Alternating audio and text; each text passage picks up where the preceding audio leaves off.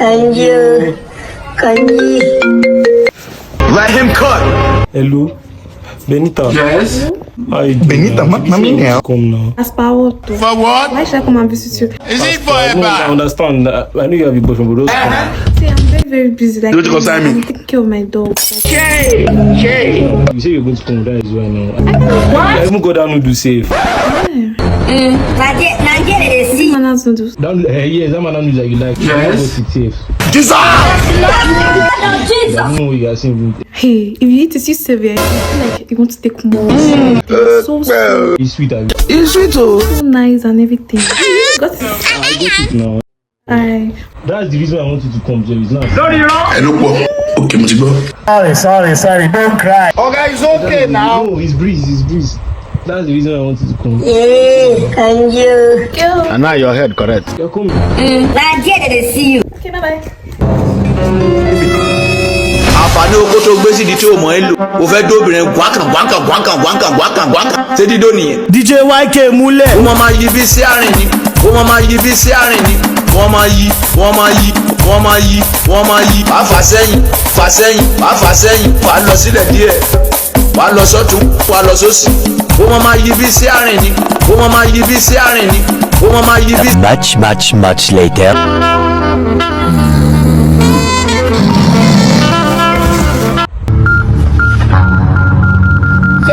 They pay me and they waiting me this.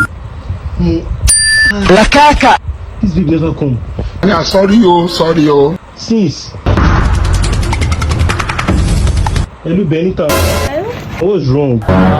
Who you since now? I'm outside your gate. Let's watch this video. There's actually a problem. There's a problem. Yes. Something came It's up. about to go.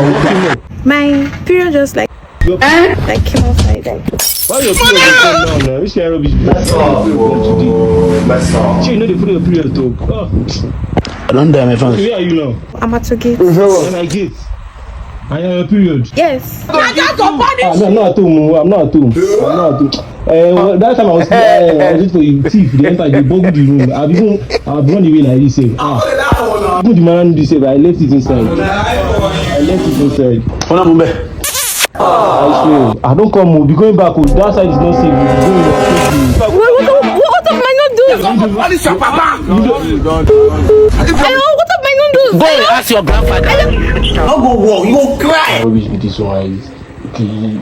Now you know say go for your period talk to them. Calm down. They are gone. You have escaped. Calm down. Oh.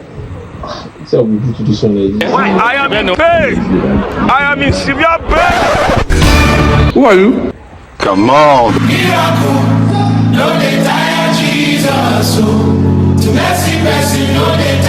Let's have it. Who please? You, my baby.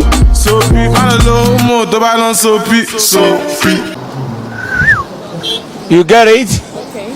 If you don't get it, forget about it. just toss it. We're going to say no me now. Ah, I'm saying no me. You know me, I'm not